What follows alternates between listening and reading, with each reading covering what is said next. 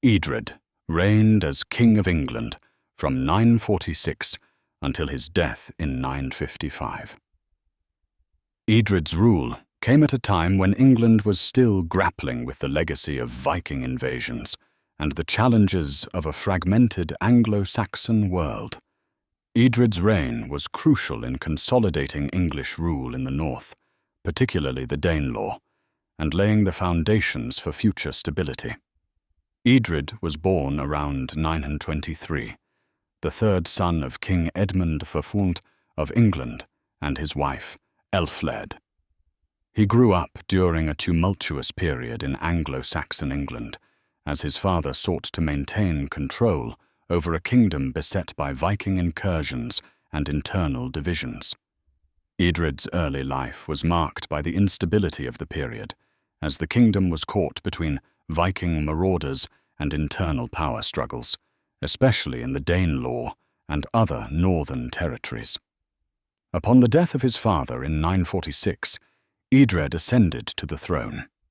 He inherited a kingdom that had already been partially unified by his grandfather, Ethelstan, and further solidified by his father. However, large sections of northern England, especially the Danelaw territories such as Northumbria, were still under Viking rule. The Vikings had established kingdoms in the north, and the region remained a hotbed of conflict between the Anglo-Saxons and Norse settlers. Eadred's initial challenge was to establish his authority over these contested regions and secure the kingdom from further Viking incursions. He also had to contend with the political factions within his own court, as rivalries among the Anglo-Saxon nobility persisted. Eadred's early reign would, therefore, be defined by his ability to maintain control over both the internal and external forces that threatened the stability of England. Eadred's reign was dominated by the continuing Viking presence in the north of England, particularly in Northumbria. After his father's death, the Kingdom of Northumbria, one of the last Viking-held territories in England, remained a point of contention. The kingdom had been under the control of Viking rulers since the 9th century, and despite the efforts of previous kings like Ethelstan and Edmund, Northumbria remained a thorn in the side of Anglo-Saxon unity. The primary challenge for Eadred was the Viking king, Olaf Sitriksson, who controlled Northumbria at the time of his ascension to the throne. Olaf, a powerful Viking ruler, had been a constant source of instability in the region, and his ambitions for greater control in northern England were seen as a direct challenge to Eadred's rule. The conflict between the Anglo-Saxons and the Vikings in the north would define much of Eadred's reign. In 947, Eadred took a decisive step in asserting his authority by launching a military campaign against Olaf and the Viking-controlled kingdom of Northumbria. The conflict reached its peak when Eadred laid siege to York, one of the principal strongholds of the Vikings in northern England. The siege ultimately forced Olaf to abandon his kingdom and flee to Scotland, thereby ending Viking control over Northumbria. Eadred's victory in this campaign effectively neutralized the Viking threat in the north for the time being. Despite this victory, Eadred's reign was not free from further Viking incursions. In 952, the Viking ruler Eric of Hålogaland, who had taken control of Northumbria after Olaf's retreat, launched another series of raids into English territory. Eadred responded swiftly to these incursions, launching a series of military campaigns that culminated in the defeat of Eric's forces and the eventual restoration of control over Northumbria. These military campaigns were critical in ensuring the survival of Anglo-Saxon rule in the north of England and curbing the power of the Vikings in the region. Eadred's ability to successfully deal with these incursions helped stabilize the kingdom during a time of continued Viking threat. His victories over the Vikings reinforced the idea of a unified England under one ruler, a theme that had begun to take root under Ethelstan, but had yet to be fully realized. After the expulsion of Olaf and the defeat of Eric, Eadred worked to secure the northern territories and ensure that the Viking presence did not resurface. One of his key strategies was to appoint local Anglo-Saxon rulers and nobles loyal to him to oversee the region. By placing trustworthy men in positions of power, Eadred sought to integrate the Danelaw into the larger framework of his kingdom, ensuring that Northumbria, East Anglia, and Mercia would be firmly under Anglo-Saxon control.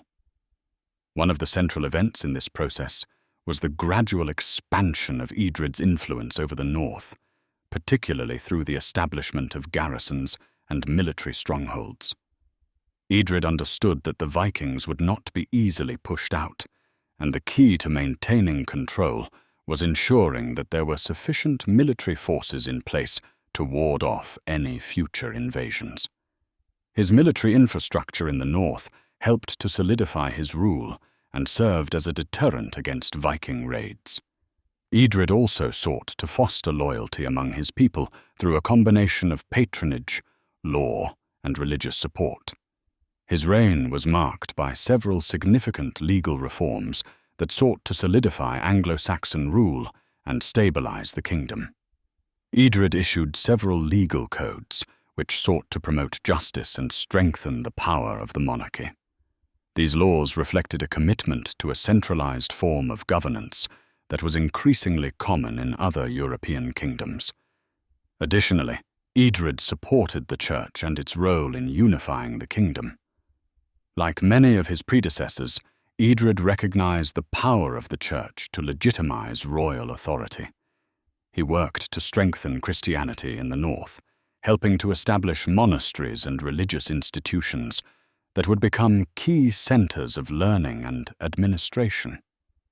His religious policies helped to reinforce the moral authority of the monarchy, even as political divisions within the kingdom remained a challenge.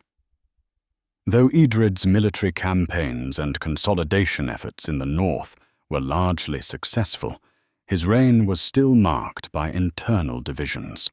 The continued rivalry between the kingdoms of Wessex and Mercia persisted throughout his reign. Mercia, though technically a part of the larger English kingdom, maintained a significant degree of autonomy, and its nobles often challenged the authority of the king. Eadred had to balance his efforts to consolidate power in the north with his need to maintain stability within the southern parts of his kingdom. In 955, Eadred's reign was suddenly cut short when he died. His death occurred just as his consolidation efforts were beginning to show real promise. However, his premature death led to another period of instability, as the kingdom once again had to navigate the difficulties of succession.